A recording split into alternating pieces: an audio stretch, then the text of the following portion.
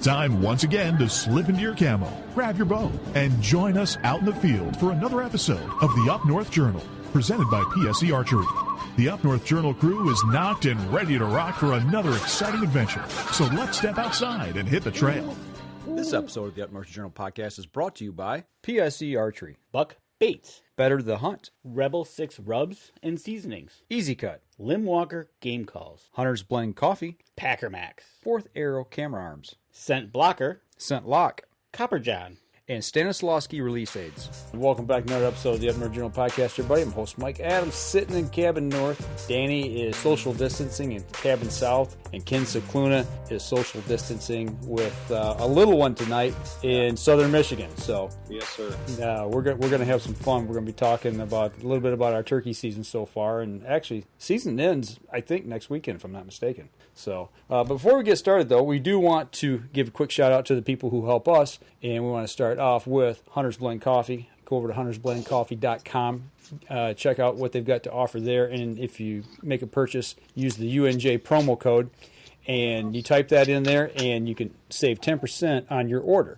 And another company that we love to share with is Buck Baits, buckbaits.com. Go over there and check them out. And if you use the Up North Journal promo code, you can save 20% on your order over there, buckbaits.com. And another Michigan company, like Buck Baits is Rebel 6 Rubs. We use them all the time. I used them this weekend on our hamburgers and on our baked beans. Love the stuff. And if you go over to rebel6rubs.com and use the promo code NorthJournal, you can save 20% on your order over there.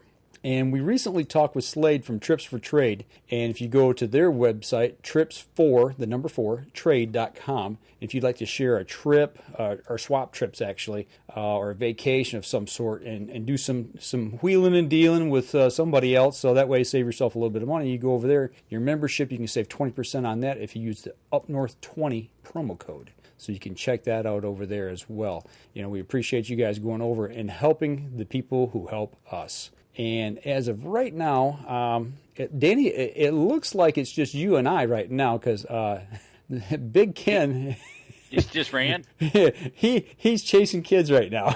So all right. So wait. Like here he comes. That's why it's live. And he's back. We're good this time. I got it figured out. Duct tape. Yep. Duct tape and zip ties. And a little Velcro doesn't hurt either. Oh, my. I tell you what, being a parent sometimes can be challenging. That's all I can say. Oh, boy. To that. So you go buy him a slingshot and some water balloons, and you expect this to go smoothly, huh? Yeah, that was the genius move of the weekend right there, but I couldn't resist. I knew how much I love that stuff, and of course, that's all he wants to do now. So. Also, truth be known, it was for you. It wasn't for him. Yeah. Okay. I also have a water balloon slingshot, so. Yeah. Okay. Well, give a couple quick shout-outs. Dominic says, "What's up, Ken?" Oh, that's my good buddy Dom. He was out fishing yesterday, and I have to talk to him and see how he did yesterday out on Pontiac Lake. All right, maybe he'll post an update here. Yeah. Neil Roney out of Colorado, a friend of ours, back from a few days back of podcasting, checking out what we're doing tonight. Hey, Neil, what is going on? And the lovely Kelly DeFaw is tuning in as well, Danny's daughter. So quick shout out to her as well. So did all the girls go up with you, Danny, up to camp? Nope, just Erica did. Okay, all right, just two of you. So all right, good time. Well, I guess what we want to talk about tonight is a little bit about turkey season and where we're at so far, because season's just about wrapped up per se. At least we've got one more weekend for those of us that can get out here in Michigan. But we want to start, I guess, we'll start with you, Ken. Yeah. You're the one that was chasing the wily birds here in southern Michigan, and you had quite an adventure. So, kind of give us a lowdown on how your season ran. Yeah, it was, with everything going on, I was all over the board. I wasn't sure what I was going to do or how I was going to do it. I was going to go up to Gladwin County to turkey hunt. I was going to do public land down here. I was maybe going to go up with you guys up to your place, tossing around all these ideas. And I ended up getting permission last minute from somebody in Dexter, right in Dexter, and probably shouldn't even have said that, but it was on the outskirts of Dexter, and about a week and a half before the season, and I knew it was good. It was a big farm, and I knew without even seeing a turkey there had to be turkeys there. And sure enough, talking to the landowner, she's like, "Oh yeah, you'll get one first day. Just set up. They roost over here and they fly down here. Blah blah blah." So. Right. And I went there blind opening mornings, the first day, April 18th, I believe it was, and just kind of set up. No, I take that back. I did have one mini scouting mission like a couple nights prior, and I seen one, and I just kind of had an idea where they might roost and with the information she gave me. And I just kind of set up the best way I thought, I could opening morning. And I was probably within a couple 100 yards of the roost. And it was kind of a slow morning. I had watched the top of a tail fan for like an hour. I could just see the top of his tail fan in the same spot for about an hour, just teasing me. Doesn't that drive you nuts? Yeah, I know. I kept waiting for him, and I knew he had to be all alone with a hen or something else. And how far away was he? Well, when I seen the top of the tail fan, probably a good 200 yards. I could see it with my binoculars. I'd glass the field, and I just caught, just the tip of it I caught. And he finally started to work towards me. He was with, it turns out he had one hen with him, and it was just him and this hen. And the hen was working my way, and I think she saw my decoys and just towed him away like they do a lot. And so he went away with her. So that was the first time that I had seen walk into this block of timber. And a little bit more time went by, about 10 o'clock. I go, I really don't like the way my blind is facing. So I got up, I turned my blind, moved my decoys so I could be facing the other way in the field. And as I was doing that, way off in the distance, I seen another Tom sneaking through the woods. He didn't see me, but I seen him. And that was Tom number 2. I seen going to that chunk of timber. Mm-hmm. And like 10, 15 minutes after that, I don't know if it was the same time or not, but I seen my third Tom in that chunk of timber because you could see pretty good that time of year far in there. And so let me ask you this. Why weren't you hunting in the timber? Well, right. Well, that's exactly what I did. I got up. I get antsy. I tried to be patient. I got up, went to my truck, got my ghillie suit. And so I know there's for sure 2 Toms in that timber, possibly 3. And I knew it was getting to be that time where the hens were going to go on nest and they were going to still be looking. So I got my ghillie suit, and I'm telling you, I walked maybe 150 yards into that timber, set up my decoy, sat down, started doing calls. Man, within 10 minutes, I seen this Tom poke his head out. And long story short, I worked this bird for about an hour. He was putting on a show the whole time, strutting, gobbling, answering every call. Finally comes into my decoys at about 50 yards, starts to walk off. And then I think this is it. It's over. He's going the other way. Well, he kind of starts turning towards me, and the ground was wet. It was a little windy that day. There was a good amount of trees between me and him. And I said, you know what? I'm on this awesome farm that has a lot of birds. Let's have some fun. It's only opening day. Let's do something here. And I would army crawl every time he got behind a tree. And I closed the distance till about 35 yards. And when he poked out of the last tree, I shot him. And that was it. It was really cool. You army crawled. How far? I went back and looked at it after I shot him. And I think I army crawled a good 25 to 30 yards. He was probably 50, 60 yards away from me. Okay. And I closed the distance in half at least, I think. All right. Well, we got a few pictures here we'll throw up while you're chatting about it. It was really cool. Nice bird. Yeah, it was nice. He was a 2-year-old. He had a 9.5-inch beard. The spurs were, I don't know, I think it was like 3/4. He was a 2-year-old, but just the way the whole hunt went down was awesome. I mean, it was really cool. And boy, I hope she lets me hunt there again next year. Right? Yeah. So it was awesome. Here's a picture in the ghillie suit. How hot was it that day? It wasn't too bad. It was, I think the high was 60 degrees that day. I was actually pretty comfortable in it. And today would have been rough in a ghillie suit. But, boy, I tell you what, man, I love those things. Right? No, it... yeah. You kind of look like Sasquatch there. Yeah. Yeah. I know. Yeah. looking at that, it's light green, dark green, mostly green. There wasn't a lot of green in the woods at that time. Were you worried about that at all, or were you just hoping to, that they just didn't notice it and didn't see you moving? Yeah, no, honestly, no, it didn't really cross my mind. I didn't even think of that, to be honest with you. I just know that, it'd break up my outline, covered all my skin really good. Mm-hmm. And, no, that never crossed my mind, but, I had him fooled, and I've actually fooled some deer with that, and it's a fun way to hunt. When you got up there and you crawled to where you were going to shoot at, did you do any more calling at that point, or were you just like, okay, I'm here now, it's time to unload? No, it was kill time. I wasn't going to fool around with any calls. At that point, he was going away, and I was doing my best to just close that gap. I'm telling you, I called it this. It took me an hour to get him to come from 150 yards to 50 yards. I really had to work at him. And that's where, I think if my calling skills were to be up to snuff, I probably could have got that bird to work in. We had a conversation, private conversation right after that. And you kind of gave me a good tip about placing those decoys a little bit differently, so he's kind of, gets him to not, hang up. Because I thought as he was walking away, I said, that's it. I'm done using decoys on these midday run and gun situations. Because every time in the past where I've used decoys in the middle of the day, I can almost always get a bird to play, to want to play in the middle of the day and work them. And they always hang up on my decoys. And so I'm like, that was going to be the final straw. I'm like, that's it. Tomorrow, no decoys, middle of the day. And I would have did that. But your idea about putting them off to the side and behind me a little bit was a good idea. It's if they come in the way you want them to. Right. There's that too. Yeah. There's always a fly in the ointment, it seems like. But hey, I got one more picture here I want to put up, and this is your little guy posing with the bird, man.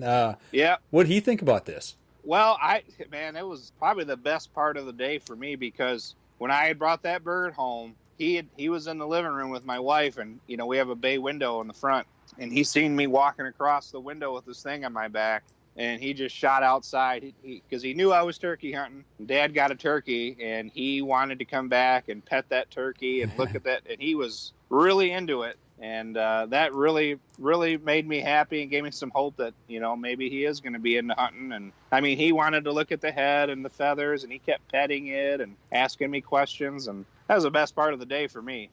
Absolutely. It's always those critical times when you've got game, that you've taken or that your kids have actually taken for the first time. And it's that make or break point. It's like, what's going to happen here? Because you got a dead animal there. Yep. And how are they going to react to it? Yeah, and he was a little hesistant, when I had the does that I shot last fall hanging in the backyard. He was a little hesitant at first. He wasn't really that into it, and I obviously didn't force the issue on him. But this time with the turkey, he was all over it. So that was cool. That's cool. Yeah, I got a picture or a video of my grandson a couple weeks ago, and he's got this little stuffed deer that I got him. And he had a toy Nerf gun. He shot it, and he took it and threw it on his little toy barbecue grill. Yeah. I was like, I said, just keep doing that. We're okay. Yeah. He's got it down already. Yeah. So he knows where it goes. That's right. Yep. And my daughter said, what are you doing? He goes, I'm going to eat it.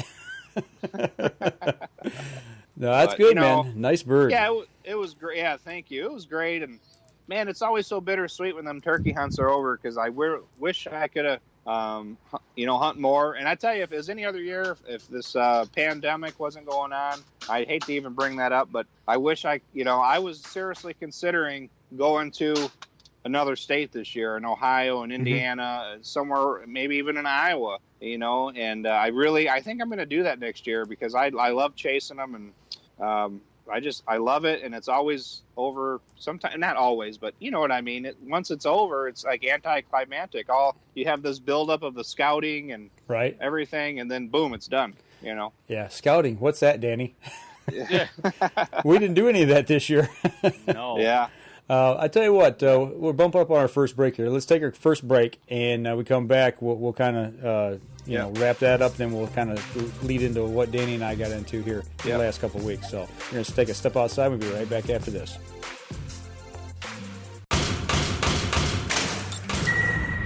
PSE Archery has reinvented the way you buy bows.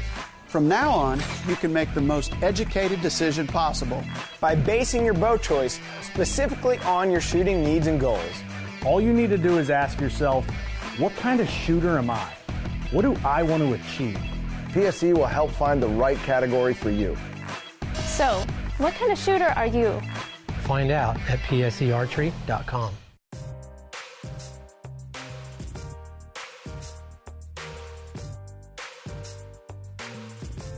Welcome back, second segment of the show. And as I speak of the devil, here he comes. He's back. Back. Timing's everything. We're making fun of you, man. I know. That's all right.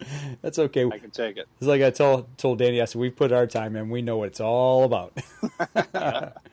So, but yeah, nice bird. Got a couple comments here. Dominic said, good looking Tom. And I guess another buddy of yours here, Dan Newmer. Maybe it's just a viewer of the show. Dan says nice bird as well. Dominic's a real old friend of mine. Okay, Sure. I gotcha. Yeah. All right. Yeah. Well, So Ken, when did you decide to go into a ghillie suit? When did you buy it? Well, it was I doing all your research and years of experience. I know that in the morning you got to be patient, and a lot of times that maybe heard you calling are going to come back around and come in at like 9:30, sometimes even 10 o'clock.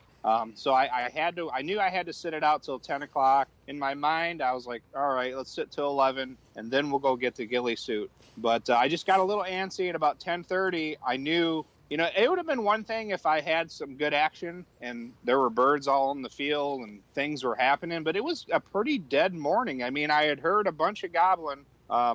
Most gobbling I've ever heard in my turkey hunting career.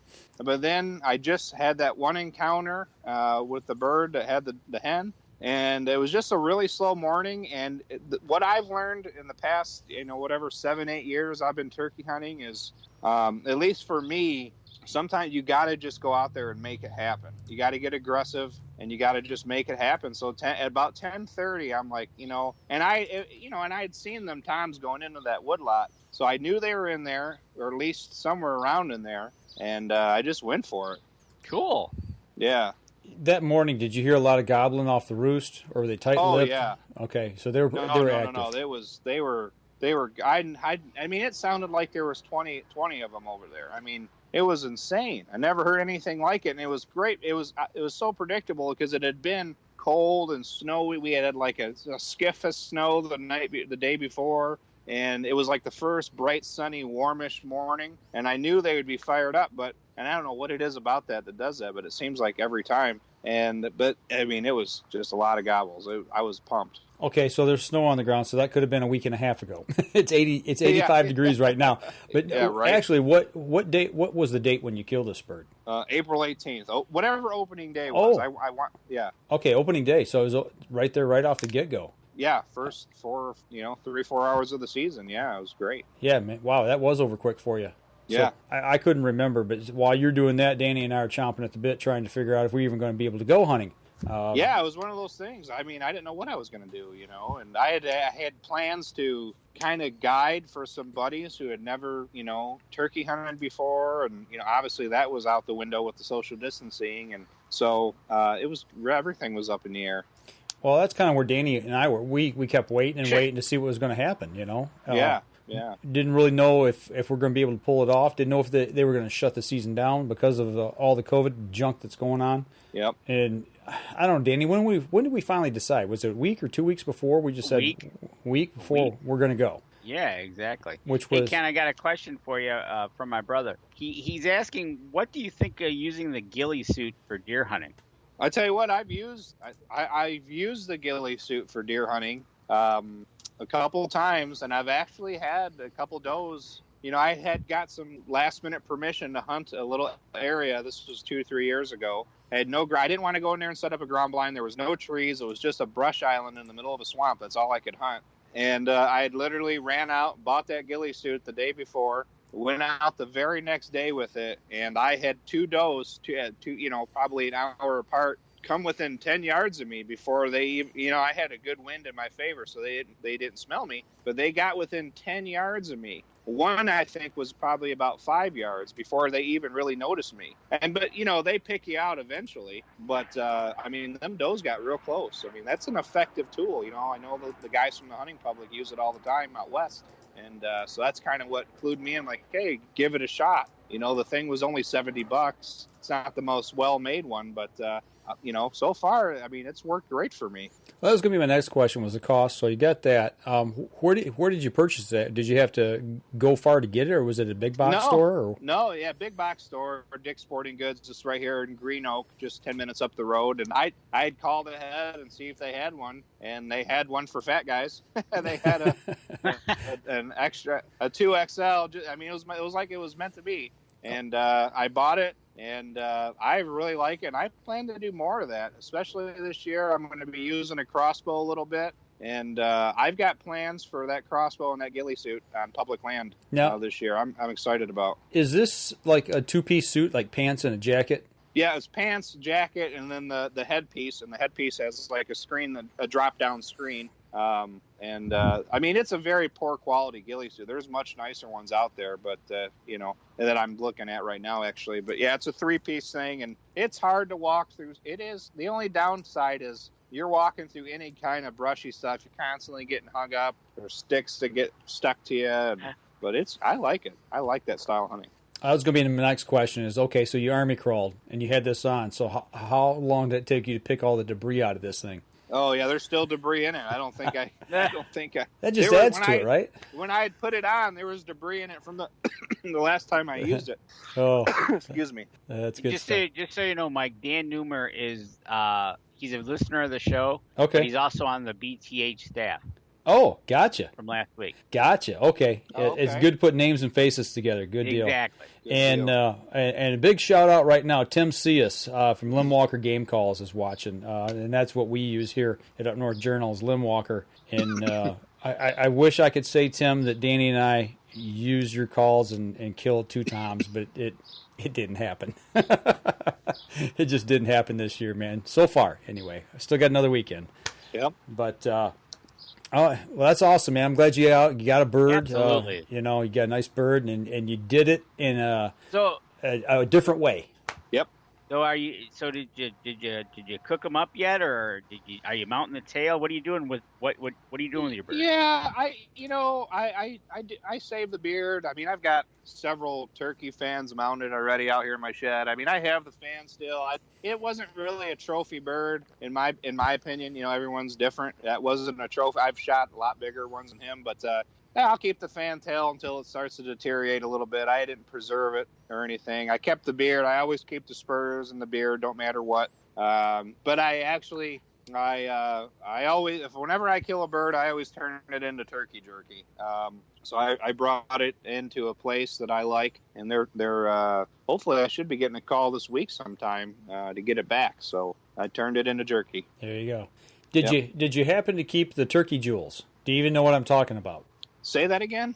The turkey jewels. No. It's not what you think. It's not what you think. Do you know what I've they are? Heard of this before. No, I don't, but I've heard that, and I didn't. Okay, so when a bird is out feeding, they pick up stones, small stones, and they keep them in their craw or their gullet, or Yep, I know what that is. In the gizzard and the crop. The crop. There you go. That's what I was looking for. The crop. Yep. And it helps grind their food. Okay, and as that happens, those are in there over the time. They get really smooth, and it's like a polished stone. And a lot of old timers, when they cut the bird open, they'll keep the bigger ones of them. Yeah, and they put them in a little jar, and they got all these little polished stones. Yeah. Oh, I'm going to start doing that.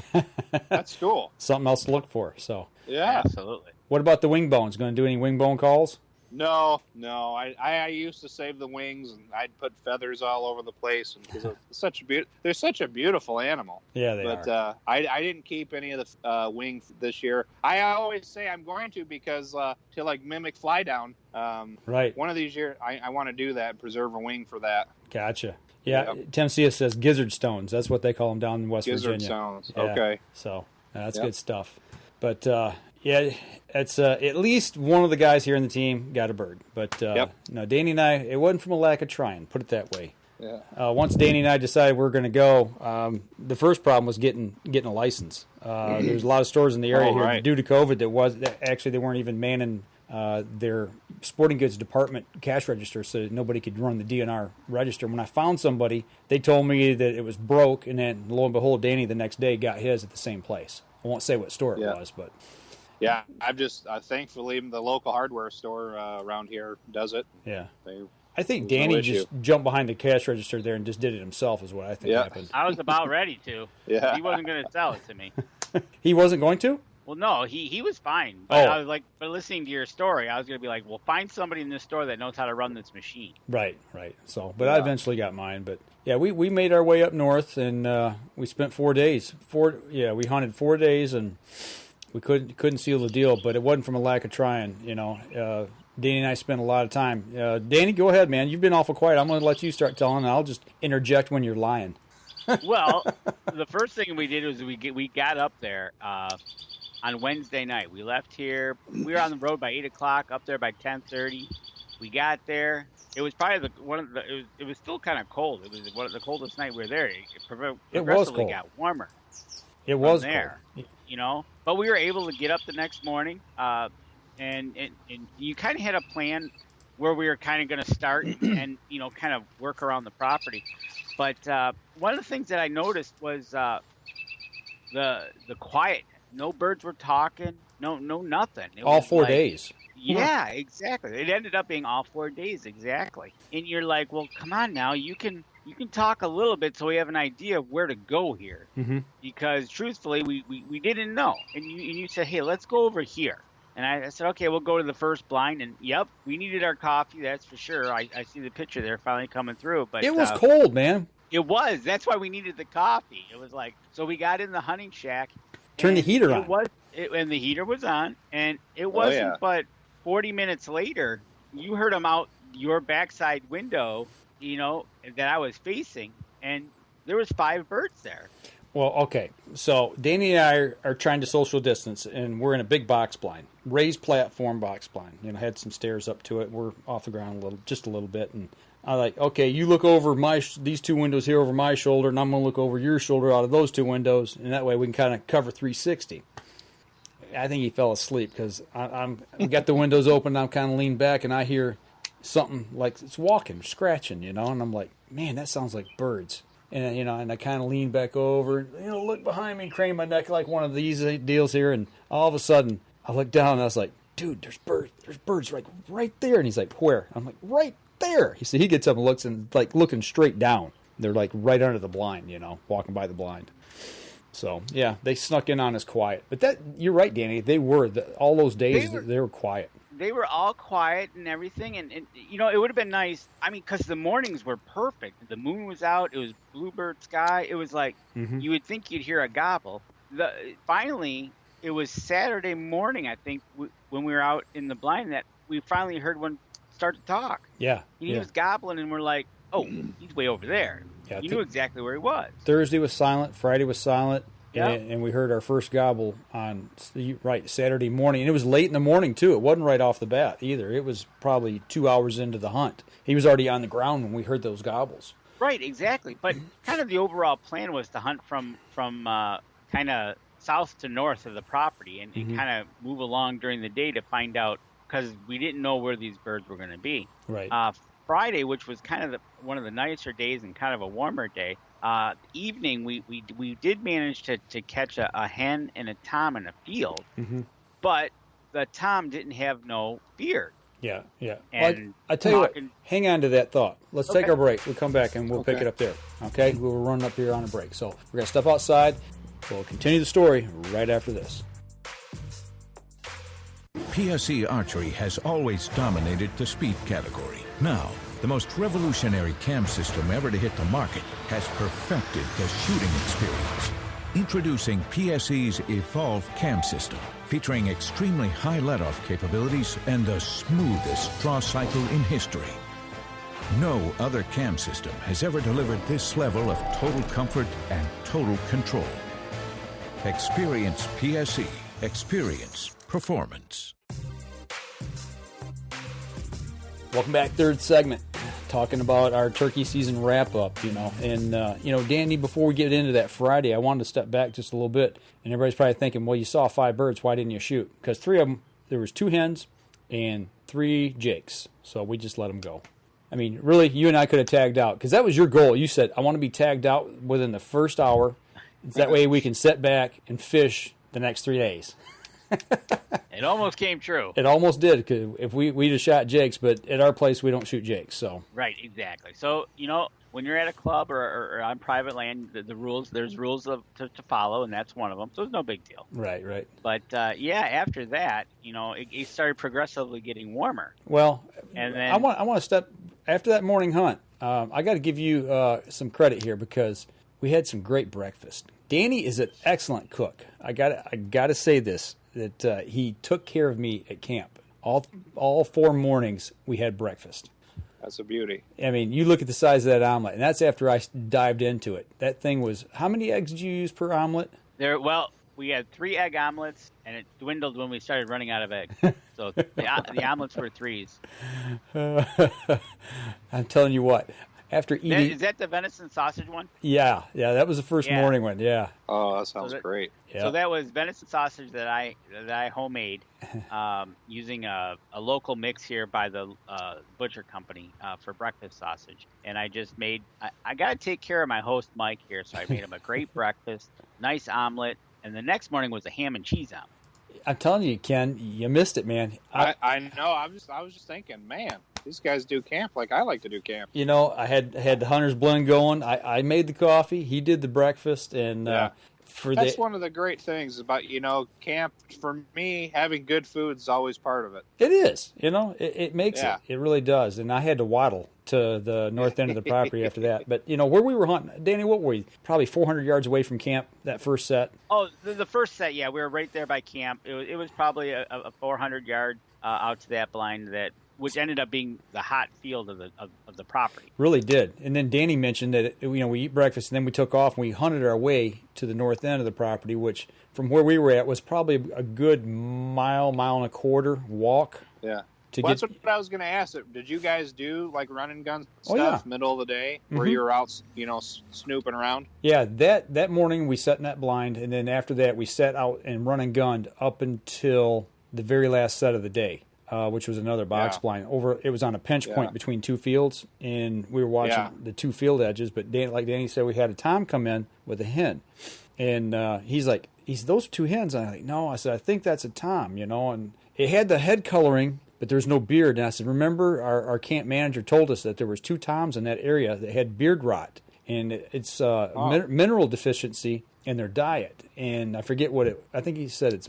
Was it melanin? Melanin or something like that. Something like that. It's like that. melatonin, but it's not. So they didn't have this in their diet, and the beard rots and falls off. And I said, I bet you that's one of those beardless toms that they got up here on the north end of the property, because the bird was huge and it was real dark, had the big red head, and it chased that hen all over the place, and she wasn't letting them have none. So no, that was the first night, and so we kind of started. That was our game plan, was to hunt south to north. And then when we went out Friday morning, it was pretty quiet, and we ended up heading north. That's when we caught that hen in the field that came into the decoy that we were using. Mm-hmm. And she was pretty ticked off at the decoy. She was not happy about it. And we had, I think there was 5 deer behind us in that field, small field. Mm-hmm. And then they were heading towards us. So when they got just to the point, they picked up the decoy.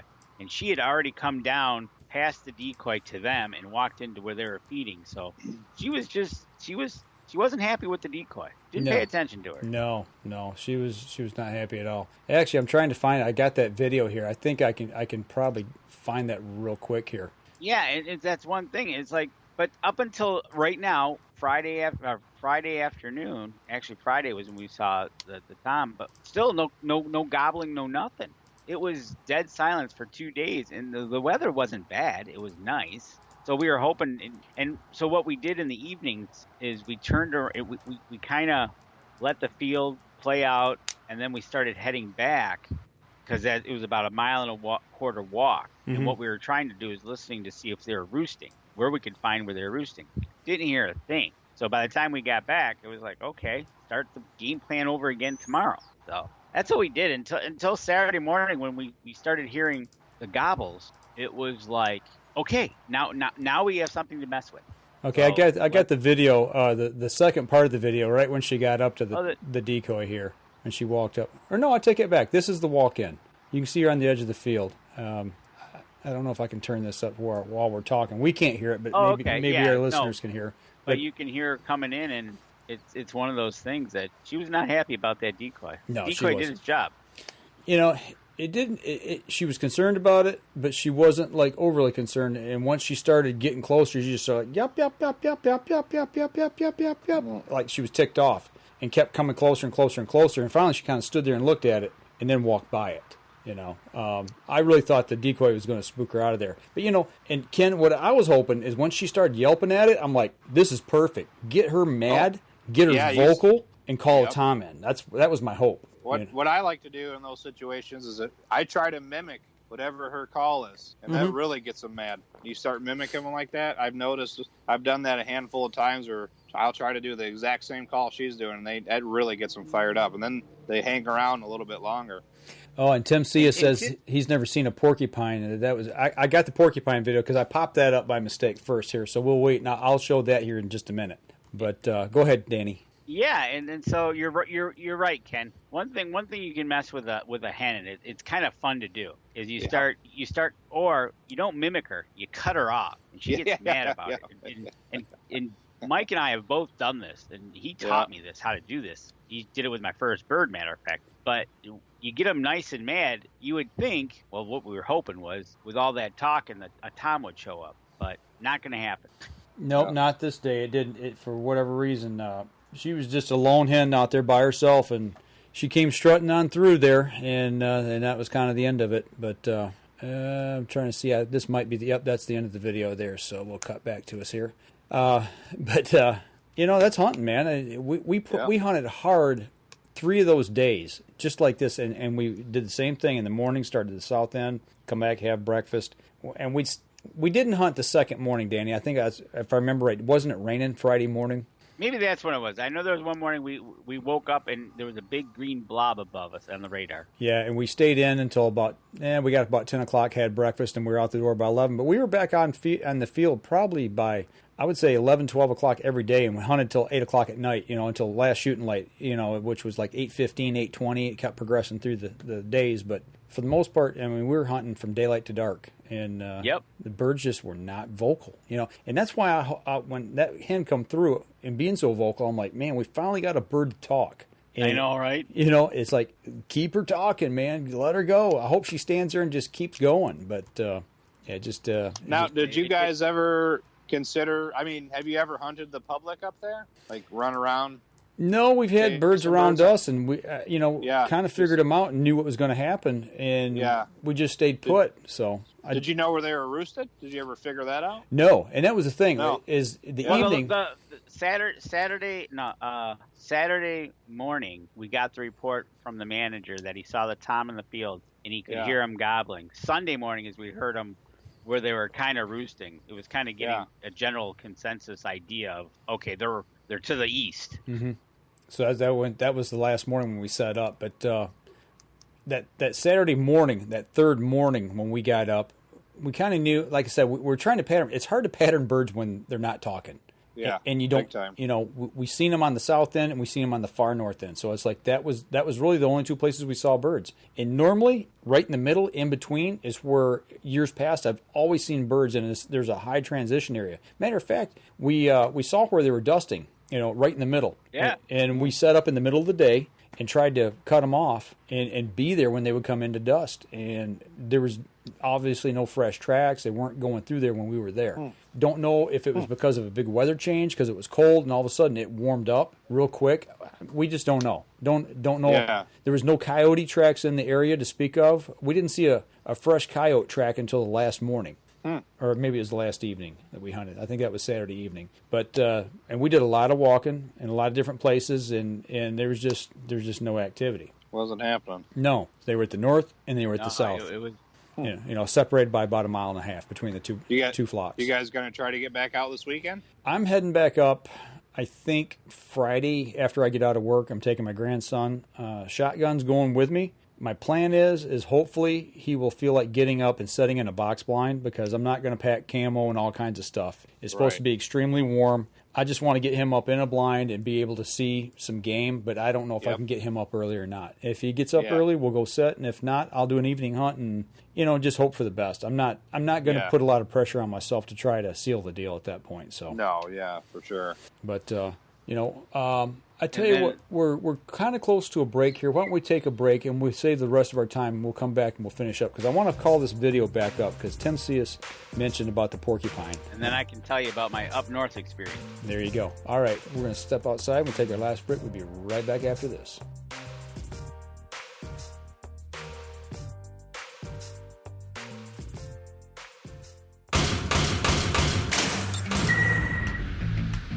Acceleration is part of PSE's DNA. PSE pioneered the speed movement. Now they've developed the vapor category to help you find the most powerful bows on the market to fit you. High speed equates to intense power and building the momentum you need to be successful. Are you a vapor shooter? Find out at psearchery.com.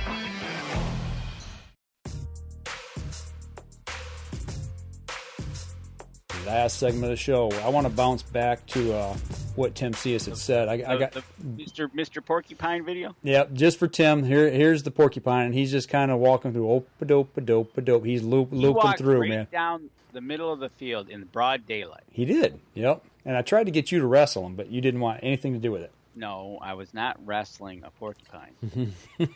Actually, I better turn the audio down on that. You and I were arguing a little bit there at that point. Probably. I tried to get him to stick his hand in a badger hole. He didn't want to do that. He wouldn't wrestle a porcupine. And then we contemplated on who was actually going to climb in the bear den that we found. Oh boy. But yeah, Danny was having none of it. He wouldn't have any of it. And the bear den, I really wasn't going to let him go in, because then I'd have to rescue him. At that point, I'd be involved, and I didn't want to get involved in that either. So right, exactly. But I will show something here if I can find it real quick of something that we did find very interesting. Oh, there it is, right there. Speaking of bear, we walked in this little tiny food plot, and there was 5 nice piles, and you can see the size of my boot. That's a big rubber boot, and it dwarfs my boot. And there was 5 of those nice little bear piles. And I just lost Danny along the way. Danny, hit your camera real quick. I think we lost Danny completely, if I'm not mistaken here. But when you're walking through a field and you see something like this, it gets your attention real quick. Oh, yeah. And it raised the hair in the back of our necks. As far as, you got people with you, you're walking through the woods, and, you're concerned for yourself, but you're also concerned for the people that are with you.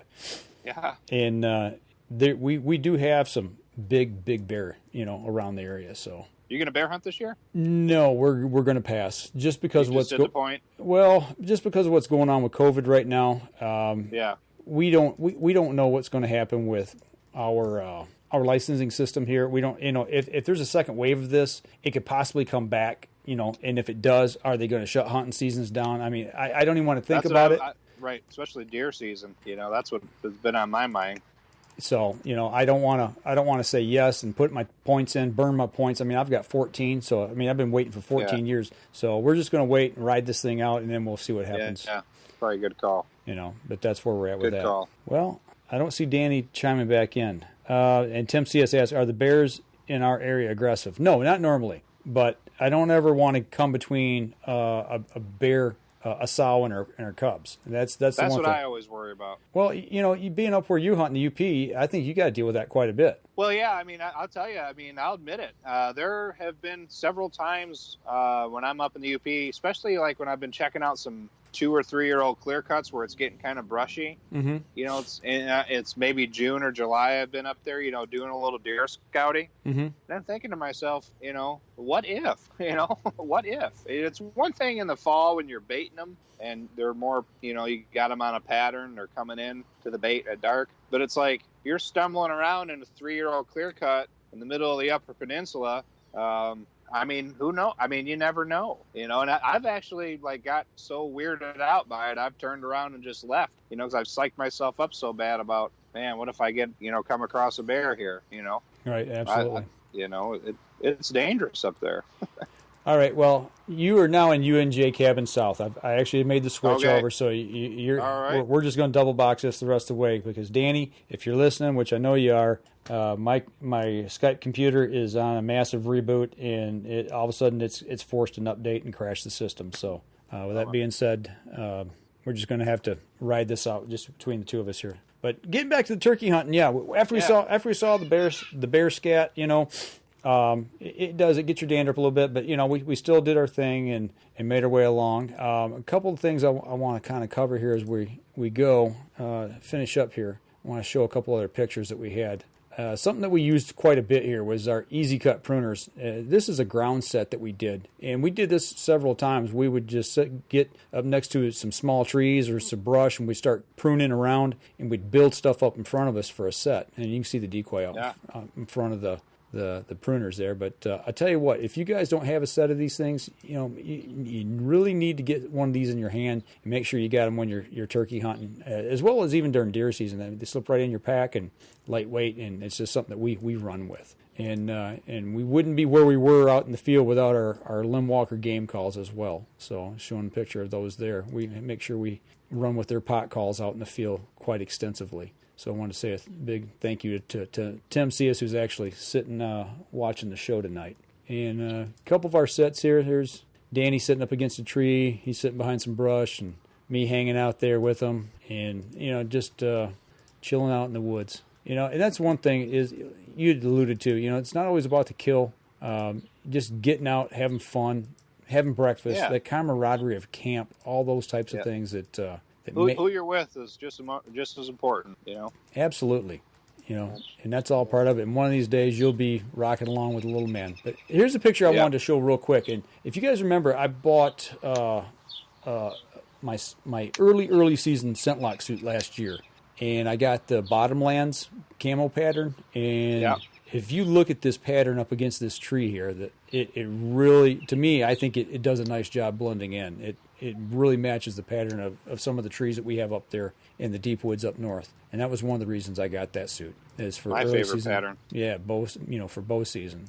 And here's a quick little pic from the evening. One evening, just a great sky, looking across the lake, and then one of our sunrises. So, and then I don't know if you saw this, Ken. I think you probably did. We put this up on our Facebook page of this little squirrel I took a picture of, and I was asking people. Oh, the ground squirrel? Yeah, if they knew what it was. But that's a 13-striped ground squirrel. One of the few mammals here in Michigan that truly hibernate. Yeah. So, and I didn't know that. I didn't know that squirrel in particular hibernated, which I thought was kind of cool.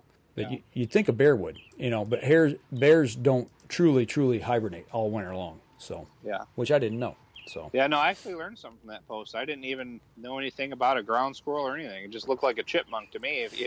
Well, a lot of people said that. Seen it. Yeah, they thought that was chipmunk, and I'm like, no, it's not chipmunk. But we've got them up there at our place, and they don't cause any problems. Now, chipmunk, on the other hand, will. They'll cause a lot of trouble. So, but no, we had a great 4 days up there. Like Danny said, that last morning we got up there and we were sitting in a pop-up blind off the edge of a field, and it got to be about 8:30 in the morning, and we were going to hunt till 9, pack up, come home, because we had to go do the show that night, get back from camp. And it's 8:30 in the morning, and all of a sudden, we're both just sitting, in the pop-up blind, just kind of chit-chatting a little bit, real quietly, and all of a sudden, about 125 yards straight out in front of us, we hear this gobble, just thunder. I mean, it just rattled the patch of woods in front of us.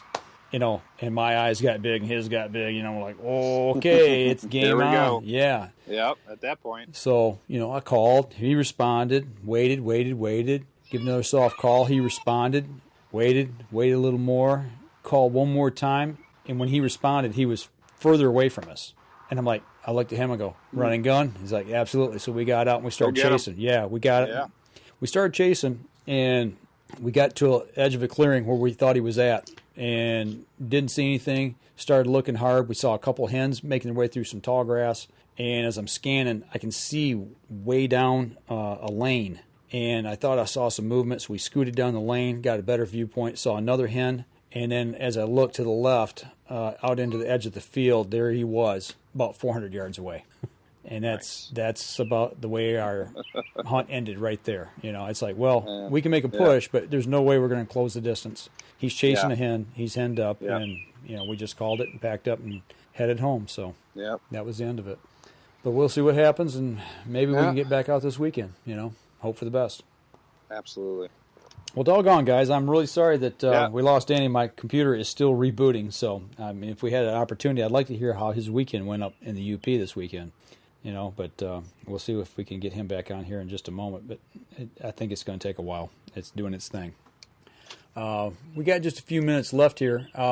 What about your weekend? You said that you were going to do some fishing, but your plans kind of changed, and you had to make a road trip. Yeah, quick road trip today, but we're going to go over to my dad lives on a little private lake, and just going to go catch some bluegill for the garden and the table, of course. You know, we'll catch some bluegill and fillet them up, have a little fish fry, and then the carcasses will go in the garden. You know, put a bluegill carcass in each hole for the tomato plants, and that really helps them. And, you know, it's kind of weird this year. You know, this would have been opening weekend of bass tournament season, and of course there's no tournaments, and that's it's going to be weird this summer. The bass tournaments have been canceled indefinitely, and I kind of believe that there might not be any bass tournaments this summer if things keep going. Maybe not till August. A lot of my friends are hopeful that, oh no, they'll be back by June, but, you know, for sure no tournaments until after June 12th at this point. So there's no tournaments as of right now. So I'm going to do some fishing, you know, just fun fishing locally here. I'm going to come up there and do a trip around you guys probably next weekend. Okay. And so, yeah, no tournaments right now. So I won't be doing any Up North Journal check-ins and blast off, but we're still going to get the fishing in this summer and do some more deer scouting, and plenty more good stuff lots of coming summer up. left. Yeah. Yep. Well, actually, this weekend I was kind of chilling out here at home. This would have been, today's Sunday. This would have been Friday night, and you know, with everything going on with COVID, they've canceled, like you said, they canceled your tournaments. Well, the one thing that they started canceling was the Total Archery Challenge shoots, the TAC shoots, all across the nation. Well, there's been a few of them that have been revived and extended. They've realigned the dates, and lo and behold, Michigan's was really? Yeah, they actually resurrected it, and it's going to be the last weekend in August. And I got put on a waiting list and got sent an email, and it's like, there's only this many slots left. If you want one of them, you have to sign up now. So I went ahead and signed up and got Danny and I our slots. So it looks like we're going to be shooting on Friday and Saturday, August 28th and 29th, up at Boyne. We actually got in. I mean, it was a miracle that we got in at all. So as long as everything stays the way it's going to, we're going to go shoot TAC this year. So for those of you guys that are going to be there, hopefully we'll get to see you. You know, that's the plan anyway. So we'll be up that way. I'm glad to see that they brought that back and didn't just say, oh, it's done, you know, kept the options open. Well, I think what had happened is they lost so many events. They could only choose a select few. I think there was 5 events that they were going to hold out of, I don't know how many that they have. I think it's 12, 10, 12, something like that. So they held the most popular. In Michigan, I tell you what, guys, for you guys here in Michigan, you archers need to be proud, because I tell you, that event sold out in hours. When that thing went live on the first round, and we found out, we tried to get our passes, and it sold out quickly. Matter of fact, the Michigan bow hunters or archers crashed the website. They hit it so hard. So you guys can be proud that we got a great bunch of archers here in Michigan that love to shoot, and I look forward to being part of it again this year. You got to go with us, man. Next year we got to plan this and get you in on this. You know, that's always you know, I've been kind of following that event the past couple of years, and I kind of like how it's not fitness related, but it kind of mixes in that fitness aspect to archery. You know, absolutely, and I kind of like that. It will kick your butt. I mean, if you're not ready for it. And Danny and I found out the hard way that you know, it taxed us. So, but we shot 1 day last year, and we're going to shoot 2 this year. And actually, I want to give a big shout out. PSE is sponsoring one of the courses this year at TAC in Michigan. So we're going to shoot the PSE course, and I think the other one that we're shooting is the Sitka course, if I'm not mistaken. So those are the two that we're gonna hit up. So looking forward to it. Good. Yeah. We're bumping up here towards the end of the show. What else going on with you? Got any other big plans for the summer other than? I just having those tournaments canceled. That really. I mean, I'm still gonna fish. I'm gonna no real big plans. If a UP, I'm gonna right now. I'm aiming to go up to deer camp to do a little scouting for deer season last weekend of September. Now, obviously, that's way far away, end of summer. Mm-hmm. So that's. But, if a UP trip were to materialize sometime in the summer, mm-hmm. I'll make it happen. But no real big plans. I'm just, this year I'm still into the fishing, but I've really kind of dedicated myself to whitetail season this year. Mm-hmm. And I have been in full-blown whitetail mode, and I'm just trying to do as much public land scouting as I can. And focus on that lease, this new lease I got. I got a little bit of a trespassing problem over there I got to deal with. So I've kind of got my hands full with deer hunting stuff, I think, all summer. So that's about it for me. Like I said, if a UP trip materializes, I'm definitely going to do it. Mm-hmm. But other than that, just, all in on deer season. That's a good problem to have, getting ready for deer season.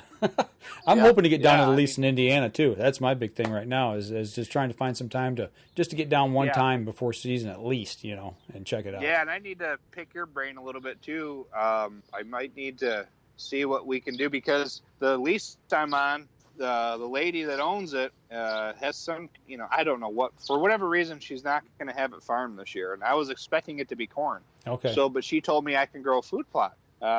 So I am kind of anxiously trying to think of what I can do with a food plot on the back edge of this field. Okay. So I'm kind of excited about that. I'm going to get to be able to do as big a food plot as I can afford, really, I can do this year. Okay. Well, I'll tell you this. You better plan for planning sometime, probably to start that process in August. Getting it measured out, figuring out what you need. I'd pull a soil sample just to be safe. It's always good to do that. And then I don't know if you're going to do like a mow throw and grow, or I don't know. No, I don't want to do throw and grow. I mean, I've tinkered around with food plots in the past with brassicas, and mm-hmm. I mean, because I'm already thinking like, all right, now I could plant maybe some Egyptian wheat or some kind of screen to help my access. Mm-hmm. I'm really conscious on my access and exit. I'm thinking probably brassica, some kind of cereal grain and brassicas. That's probably what I'm going to do. And I'm just, trying to figure out what the layout's going to be, how I'm going to access it. It's a good problem to have. I mean, absolutely. It's an incredible. This trespassing situation is stressing me out, though. I'm a little worried about this guy is very blatant. He does not seem to care what he's doing. And so I'm going to have my hands full with that. So it's like, I don't know what to expect. Don't know what to do. Gotcha. I want to give a quick shout out. Terry DeFaw, Danny's brother, he just mentioned that he got the bow mitt that he ordered and got a personal note from Randy in there. And you know what? That says a lot about a company owner who puts personal notes in with the gear he sends out. So that's awesome. I want to give him a quick shout out. And that's the guys from Better the Hunt that we talked to last week, Randy Stoppenhagen. So, but getting back to your Egyptian grass and stuff, if you're going to do some screening like that, you need to start thinking about getting that planted here pretty early and figure out what your access points are going to be. Give it time to grow. Yeah, I know.